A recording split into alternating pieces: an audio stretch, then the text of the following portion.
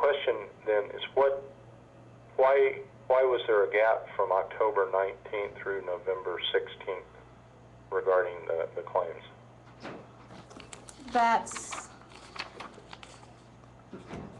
I have a statement prepared in answer to that. But just what was the reason? I prepared a statement, and I don't want a prepared statement. I just want like a quick answer. I don't have a quick answer. I have a statement. Okay, go ahead and read the statement. Fine. On or about August 18th, 08, I first attempted to file my claim online. On or about August 27th, I spoke with my first TWC employee. Just a moment, because you're reading a statement. I still need to make sure that the statements that you're giving as testimony are relevant. It is. It does. The issue right now, the question I'm asking it does. It explains. Is what happened between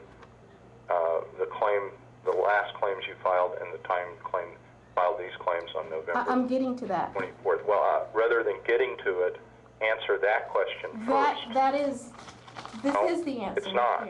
Something happening in August doesn't answer my question. Yes, it does, and it tells you how it answers it by my statement. Well, skip to the part of the statement that answers that, and if we need to go back, you can. What happened between October 19th and November 24th? Well, I don't know. I don't have a record that's October 19th, but I put down on or about October the 17th. I sent an information request to the Texas Workforce Commission Open Records, and I perfected it on October the 20th by putting my Social Security number signature on the request, and that's Exhibit C3. It's this letter. Let me see. On or about Saturday, November the 1st, I found 2 responses in my P.O. box. One was from Margot Kaiser, saying Part 5 she had sent to the AG for an opinion. The other was from Maria Rivera of a TWC, and they had not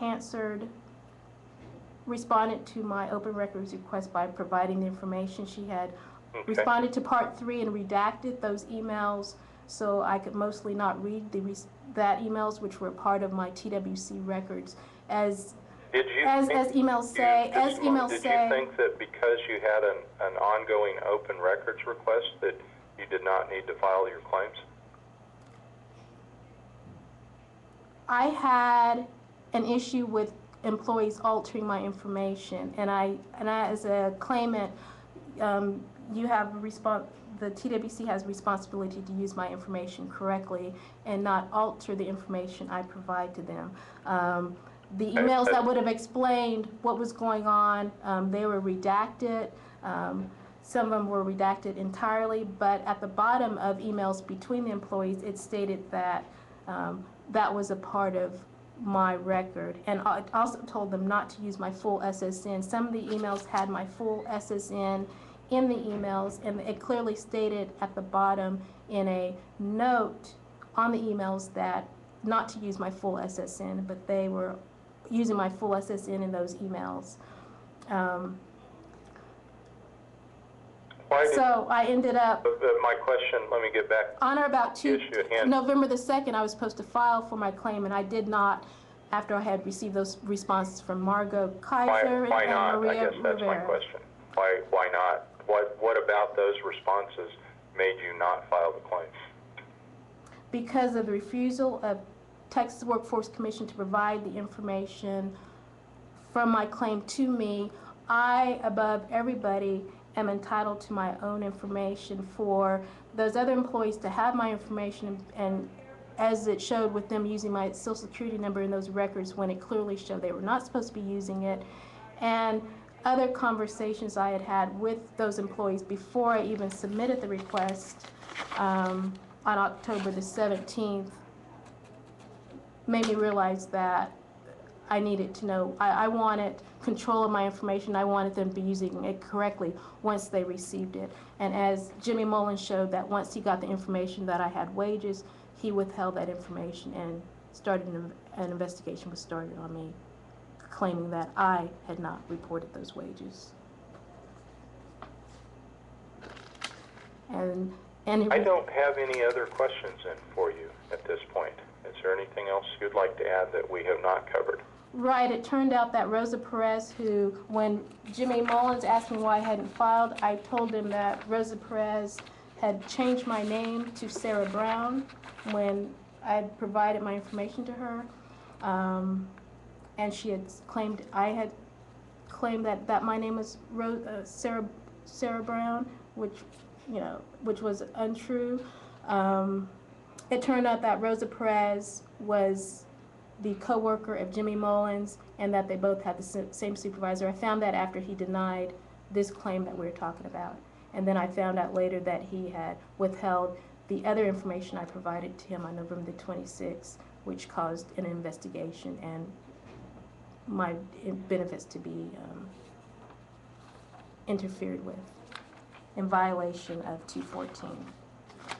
Okay. And in violation of the TWC Personnel Manual, Section 1.3, where employees are supposed to be reporting fraud. When they found out that these employees were not correctly using my information, they should have been reported according to the TWC guidelines.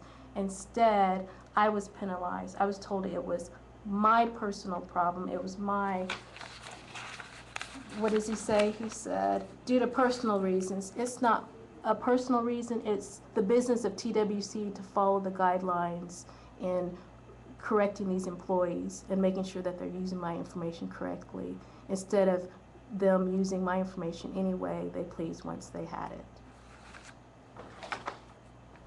That's your job. That's TWC's job. It's not my job, and I shouldn't have been penalized for it.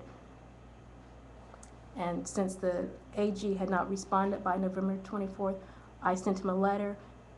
I tried to contact Rosa Perez's supervisor, and at that time, that's when I was transferred to Jimmy Mullins, who denied that part of the claim. And the second part of the claim, for the other 2 weeks, he pretended I had not provided the wages. And TW records would show that, because there should be a telephone record of the wages I reported. Okay, anything else? That is it. Okay, at this point then I will conclude the hearing. I will issue a written decision that will be mailed to you at the address that we confirmed. And again, that decision becomes final 14 days after it's mailed out, unless it's not in your favor and you wish to appeal it. Appeal would be to the commissioners. If the decision is in your favor, it's final. There would be no need for you to appeal at that point. Otherwise, I'd like to thank you for your time and your courtesy, and we are adjourned. Thank you very much. Okay. Thank you. Bye.